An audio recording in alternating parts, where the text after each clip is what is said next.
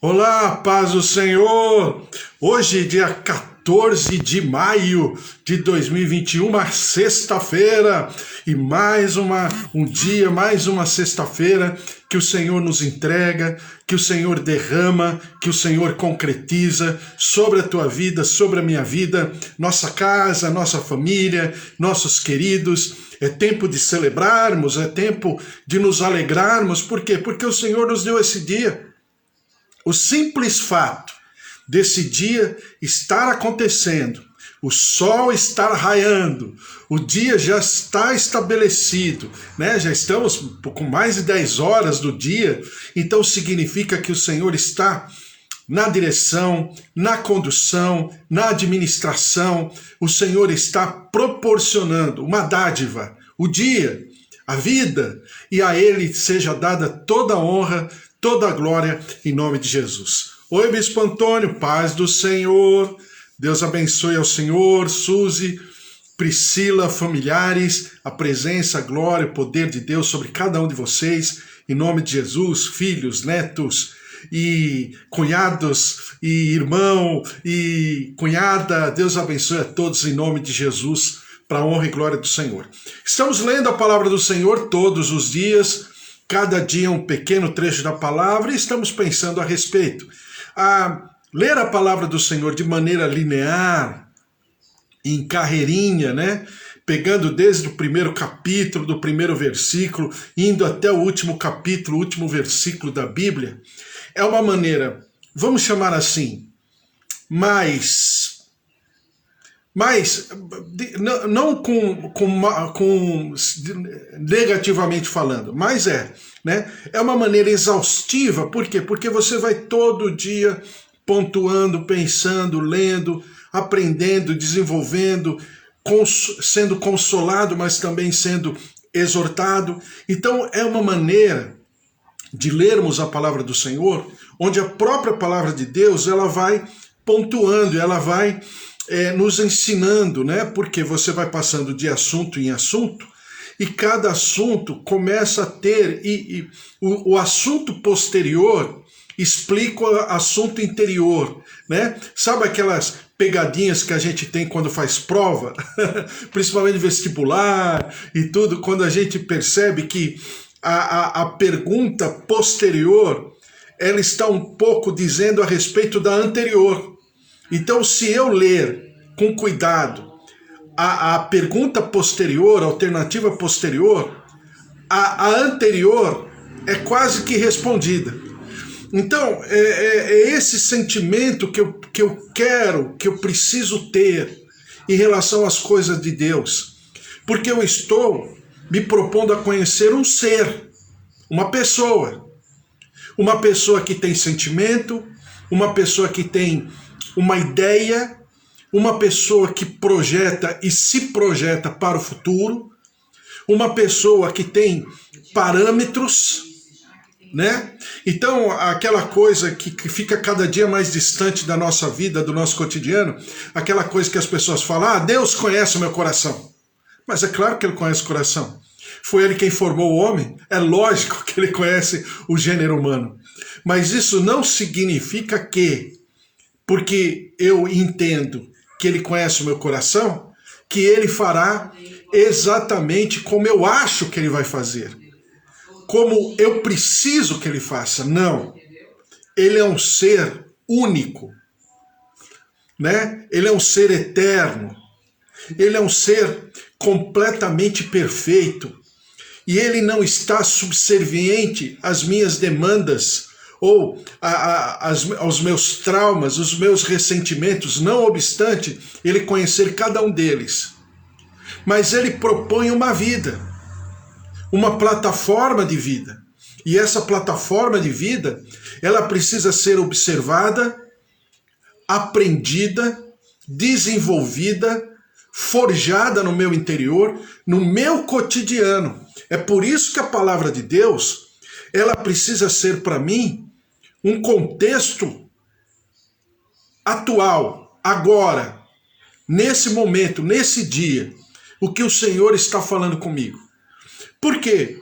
Porque aí eu não fico andando por ventos de doutrinas, Eu não fico achando, né, como às vezes eu percebo que as pessoas fazem, e eu acho um tanto quanto perigoso, né, falar assim, eu vou ver o que o fulano de tal tem para falar para mim, o que Deus quer falar para mim através de fulano de tal. Já tenho as minhas reservas. Não que não se fale, não que não haja profecia, mas a maior profecia que existe, ela está na própria palavra de Deus. E se alguém vier falar comigo, não estiver coadunando, não estiver corroborando, comungando com aquilo que o Senhor tem, o Senhor, não eu, né?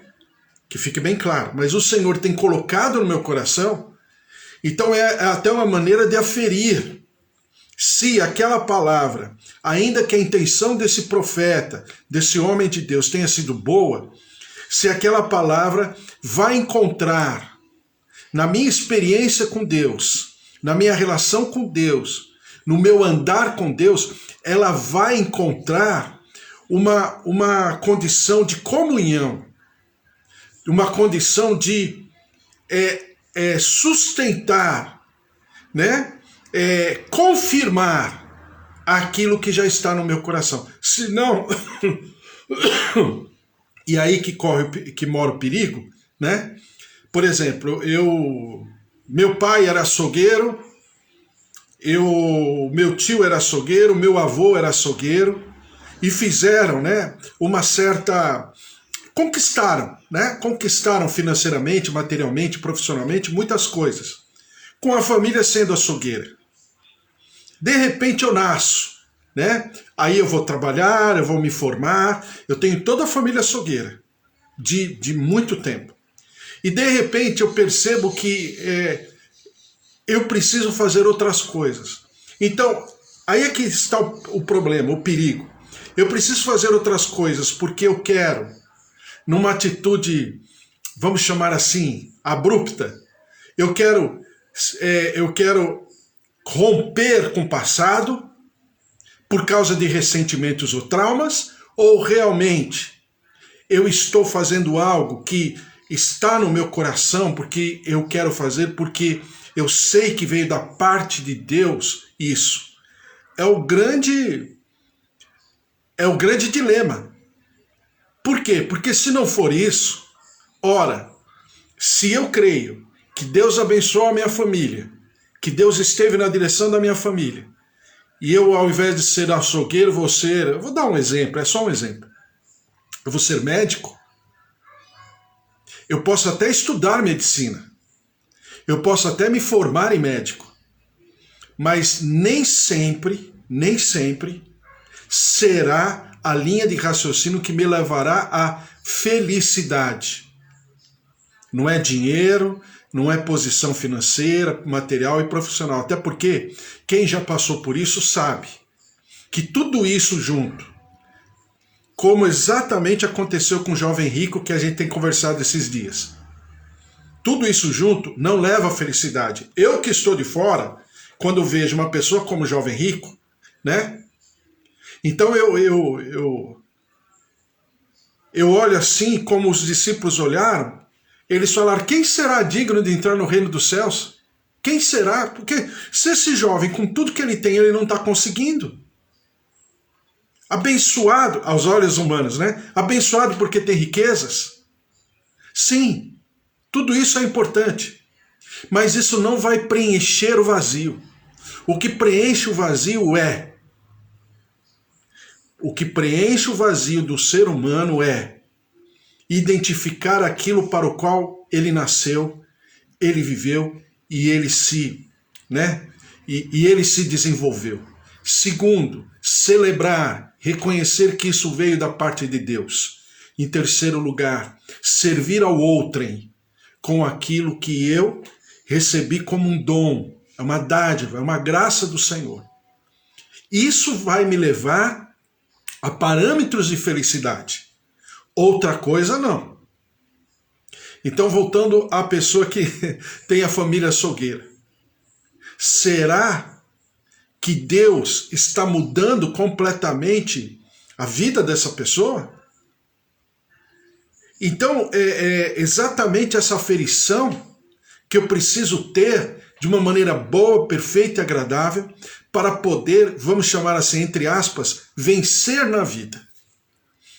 Então, é por isso que ler a palavra do Senhor é importante. Eu falava ontem com o seu Oswaldo, né? Que eu estava conversando com ele, um amigo, um servo do Senhor de muitos anos já, ele, a Beth, sua casa, sua família, filho Lucas, filha Bruninha, né? Ele trabalha no escritório de contabilidade, né? Ele tem mais de 50 anos, mais de 50 anos de trabalho de contabilidade como contador. Então eu conversava com ele ontem e ele falou assim que ele levou um susto.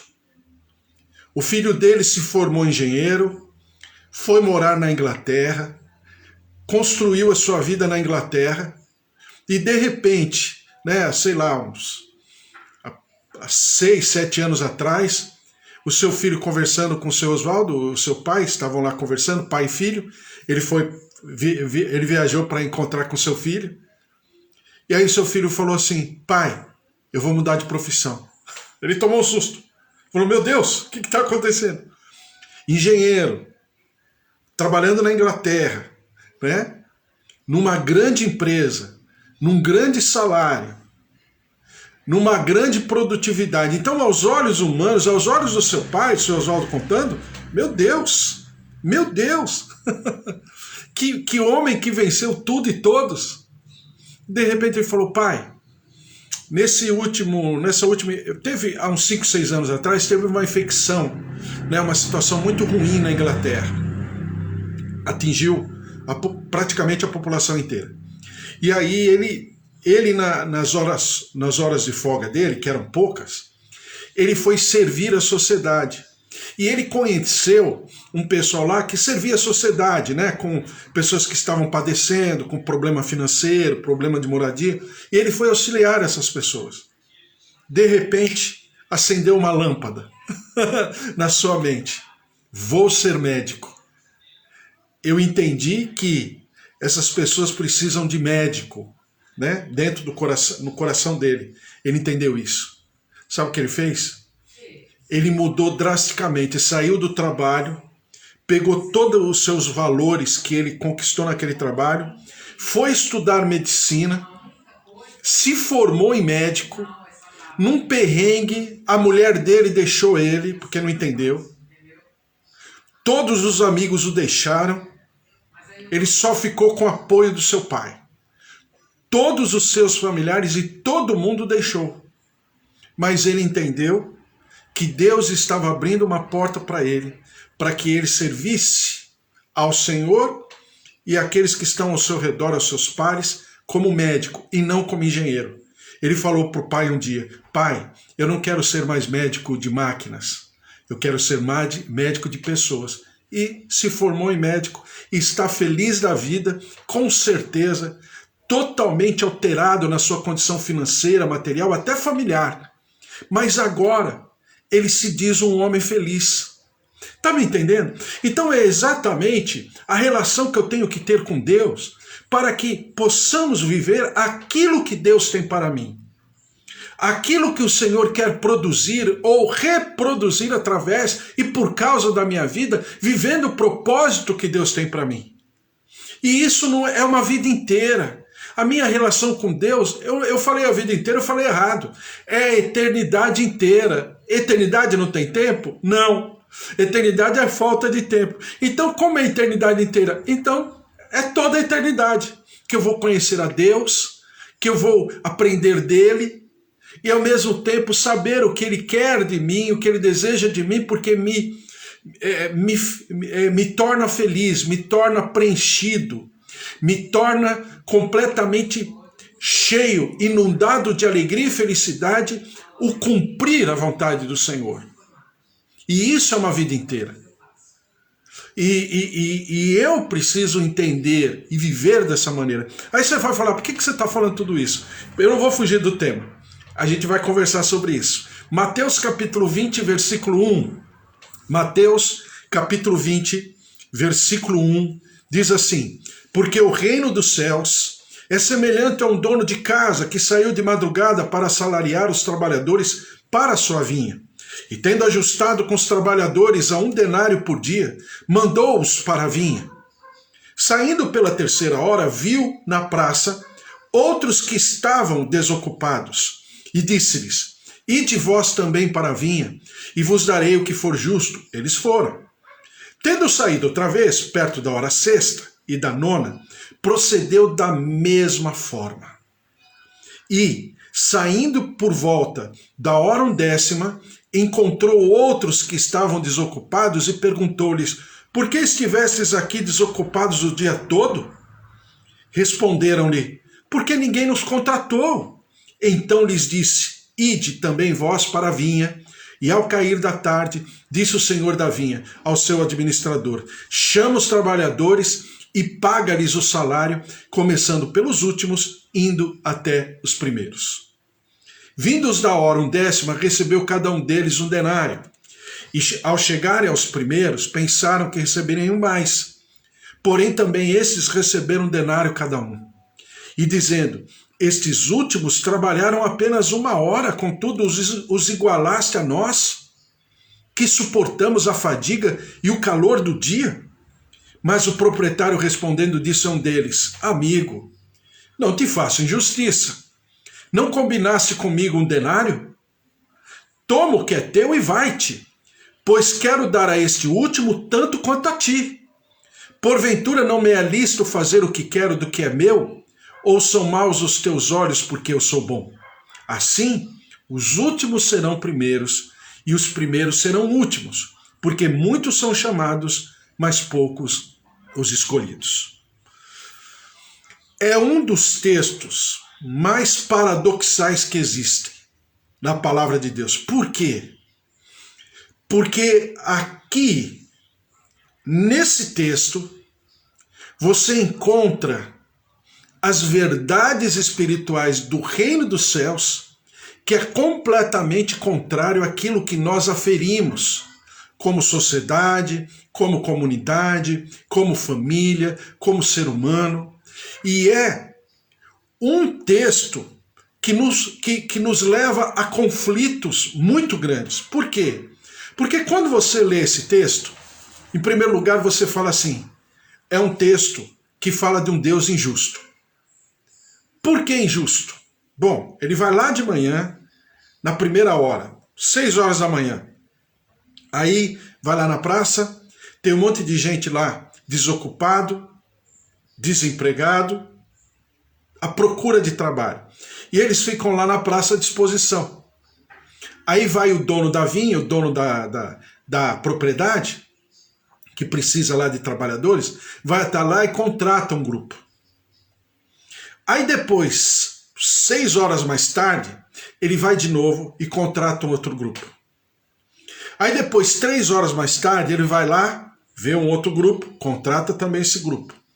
Quando chega no último, ou seja, vamos dizer que teria que terminar o dia de trabalho 6 horas da tarde. Quando é às 5 horas da tarde, ele fala para o seu administrador: vai até lá, contrata os trabalhadores que estiverem desocupados, traga para cá porque eu quero que eles trabalhem na minha propriedade. Aí ele vai lá e contrata. Quando bate 6 horas da tarde, ele fala: bom, agora vamos pagar. Ele fala com o seu administrador e ele diz assim: vamos pagar o que cada um merece. E ele, claro, de propósito, porque Deus é Deus, Deus tem um senso de humor maravilhoso, ele começa pelos últimos. Ao invés de começar pelos primeiros, vamos dizer assim, para ficar tudo bem com todo mundo, não. Deus não é nada político. Ele vai para o último. E ele paga 1 denário. Aí depois ele vai para aqueles que chegaram 3 horas antes e paga 1 denário também, porque 1 denário significava 1 dia de trabalho, né?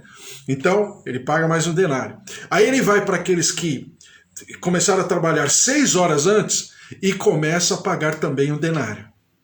Aí quando ele vai para os últimos, que começaram a trabalhar 12 horas antes, ele também paga para cada um deles 1 denário. É óbvio que aos olhos humanos, aos olhos de tudo aquilo que a gente entende, né? Esse senhor da vinha, para não dizer Deus, está sendo injusto. E os primeiros trabalhadores perguntam, ué, que negócio é esse? Nós estamos recebendo exatamente o mesmo valor daqueles que trabalharam apenas 1 hora, os trabalhadores da hora 1/10, né? Ou seja, trabalharam apenas 11 horas. Você está pagando exatamente aquilo que eles trabalharam 1 hora, exatamente a mesma coisa para nós que trabalhamos às 12 horas?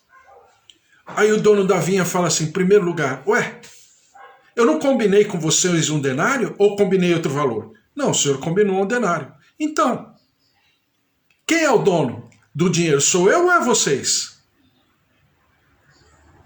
Então, vocês estão com inveja dos outros? Esse sentimento humano que esses trabalhadores estão tendo é o sentimento exatamente de um gênero caído. Por quê? Porque nós todos, como gênero caído, como seres caídos, nós criamos verdades, né, de convívio, vamos dizer, de sociedade, que não tem nada a ver com o reino dos céus. Primeiro, nós servimos um Deus generoso. Primeira coisa, ele mesmo diz na palavra que ele é generoso. Ponto. Generosidade não tem preço. Generosidade não depende da pessoa que está recebendo vamos dizer, o quinhão, o resultado de uma generosidade. Ele é generoso por si só.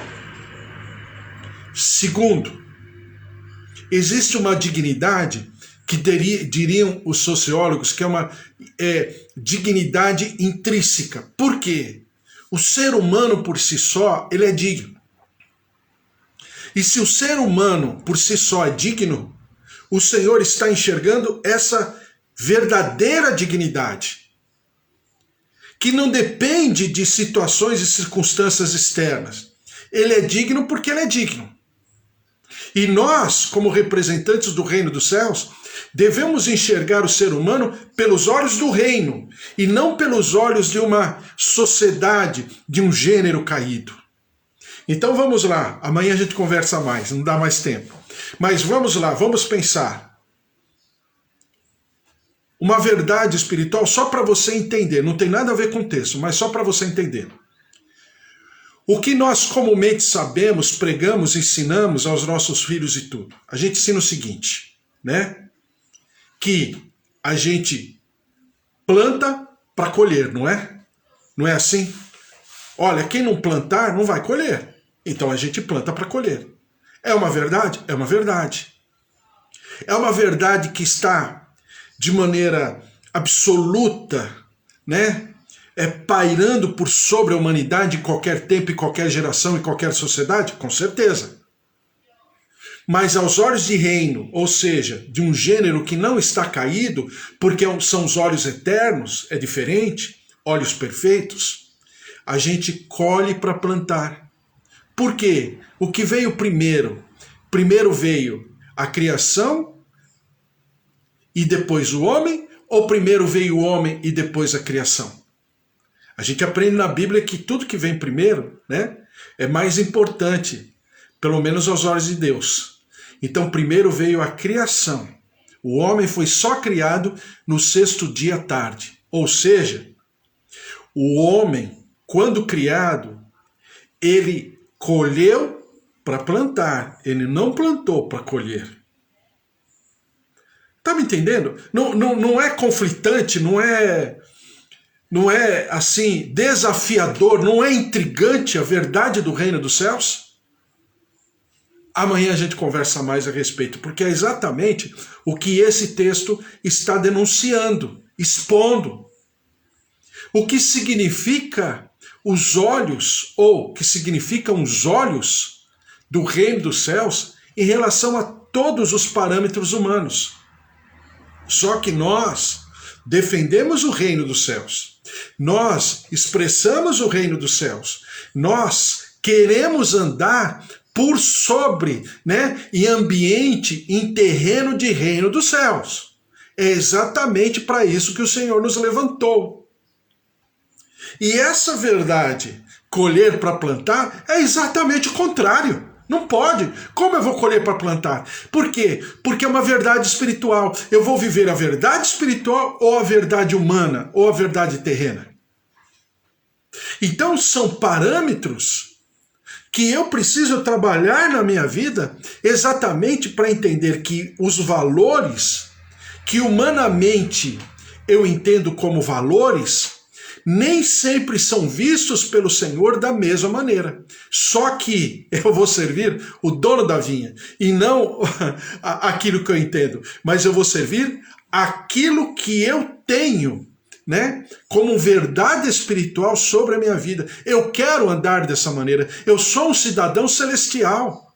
Eu sou, né, como diz a palavra, a minha pátria não é desse mundo, a minha pátria é celestial. Como outro texto diz, que eu sou o embaixador do rei. Eu sou o representante desse reino. Então eu preciso pensar como esse reino pensa. Eu preciso agir como esse reino age. Eu preciso sentir como esse reino sente. É conflitante? É realmente me prostrar? É, como diz o Senhor Jesus para Nicodemos, é nascer de novo? Por quê? Porque senão eu não vou conseguir viver exatamente o que esse reino deseja ou que ele expressa que eu viva em nome de Jesus. Por isso que esse texto, ele é tão intrigante, ele é tão paradoxal dentro de tudo aquilo que eu entendo. Mas se eu não entender essas verdades espirituais, eu estarei, né, andando nesse reino capenga, manquejando, como diz a Bíblia, né? Eu estarei meio tropeçante ou tropeçando. Por quê? Porque não é fácil, mas eu preciso entender. Então vamos orar, colocar diante do Senhor, porque é aquilo que a palavra do Senhor diz, que o Senhor se dá a conhecer e fala dos seus preceitos e dos seus sentimentos para aqueles que o amam. É por isso que eu preciso, né, alimentar a inteligência da minha fé. Em nome de Jesus. O Bispo Antônio está falando, até amanhã e a todos os irmãos, Bispo Antônio. Até amanhã, Bispo Antônio. Vamos orar, vamos colocar tudo isso diante do Senhor, né? Existe uma dignidade humana que por si só, por ser coroa da criação, o Senhor pontua, o Senhor destaca. E eu não posso tratar o ser humano de outra maneira. É por isso que eu falei para você que esse tema está completamente ligado aos temas anteriores de Mateus, como o jovem rico e como o perigo das riquezas, né, que a gente tem falado esses dias. É exatamente a mesma linha de raciocínio. Entendeu? Vamos orar? Senhor nosso Deus, nosso Pai, nós te engrandecemos e te louvamos por essa oportunidade que nós temos de ter a tua palavra, de pensarmos a respeito de maneira coerente, de maneira consciente, de uma maneira até apaziguadora, para que nós possamos alcançar a nossa verdadeira cidadania, para que nós nos convertamos a cada dia e permaneçamos a nos converter, ou a converter-nos todos os dias, como diz a tua palavra. Por isso, ó Deus, derrama-te, que nós possamos passar com todo esse entendimento da área do didático, do pedagógico, para o espiritual, para o consistente, gravar no nosso interior, e nós andarmos, aferirmos o nosso juízo de valor totalmente alterado pelo reino, para que possamos ser verdadeiros instrumentos teus aqui na terra, instrumentos maleáveis, flexíveis e transbordantes dessas verdades espirituais em nome de Jesus. E nós daremos sempre ao Senhor todo louvor, toda honra e toda glória. Derrama-te, ó Deus, sobre cada um que está aqui, a minha tia Rosária, a minha tia Alzira, meu primo Alexandre, meus tios, meus primos, ó Deus, filhos, familiares, netos, sobrinhos, genros, noras, meus pais, o seu João, dona Dária, seu Toninho, dona Nadir, o bispo Antônio que está aqui, a pastora Amara, filhos, netos, ó Deus, em nome de Jesus, genros, noras, a glória, a presença, o poder, o mover de Deus se derramando, falando, tocando, e nós daremos sempre ao Senhor todo louvor, toda a honra e toda a glória em nome de Jesus. Senhor, derrama-te sobre os nossos queridos que estamos aqui, mas também sobre aqueles que estão passando pela enfermidade, pela Covid-19 também, como a pastora Nadir, como a dona Maria Helena. Senhor, em nome de Jesus, visita as tuas servas, cobre com teu poder de vida, de saúde, com teu mover de ressurreição, restitui, renova, reconstrói, e nós daremos sempre ao Senhor todo louvor, toda honra e toda glória. Senhor, derrama-te visitando órgãos, Senhor, em nome de Jesus, juntas, articulações, coração, artérias, tireoide, veias, Senhor, em nome de Jesus, ouvidos, olhos, toca, visita, cura, liberta, ressuscita, e nós daremos sempre ao Senhor todo louvor, toda honra e toda glória. Senhor, em nome de Jesus, nós te clamamos pelo nosso país. Não tem como, Senhor, nós não enxergarmos tudo isso e não sabermos que o Senhor pode sim interferir, que o Senhor tem toda a autoridade e todo o poder. Por isso nós nos derramamos como povo brasileiro, como povo de Deus, nós nos derramamos diante do teu altar te clamando, tem misericórdia, tem compaixão, compadece-te, ó Deus, da nossa terra, sara a nossa terra, perdoa o nosso pecado, ó Deus, liberta-nos de toda essa maldição, e que o Senhor venha, e que o Senhor se derrame, e que o Senhor, ó Deus, veja a nossa dor, veja a nossa aflição, ó Deus, assim como foi com o teu povo lá no passado no Egito, que o Senhor enxergou-lhes a aflição, enxerga a nossa aflição, Senhor, e nós te clamamos, ó Deus, cura, visita, liberta, consola, conforta, em nome de Jesus, e nós te louvaremos sempre, e daremos sempre ao Senhor toda a honra, toda a glória, em nome de Jesus. Amém. Amém? Que você tenha uma sexta-feira maravilhosa, uma sexta-feira poderosa, cheia de vida, cheia de propósitos, e que o mover, a palavra, as promessas do Senhor se tornem realidade na tua vida, e nós louvaremos ao Senhor sempre em nome de Jesus. Porque se Deus é por nós, quem será contra nós? Se o Senhor é nosso pastor, de nada nós teremos falta. Porque que o amor de Deus Pai, Todo-Poderoso, que fez o céu e a terra, a vida vitoriosa em Jesus Cristo e as consolações do Espírito Santo da promessa se derramem poderosamente sobre a tua vida, sobre a tua casa, sobre a tua família, suprindo, preservando, abençoando, constituindo, trazendo da sua vida, em nome de Jesus. Amém? Glória a Deus, que você tenha uma sexta-feira maravilhosa, sextou, como dizem por aí, então existe um dia maravilhoso, existe uma bênção maravilhosa sobre esse dia, e que você esteja totalmente aberto para receber aquilo que é bom, perfeito e agradável. Amém? Deus te abençoe, até amanhã, sábado, 10 horas da manhã. Fique na paz, tchau, tchau.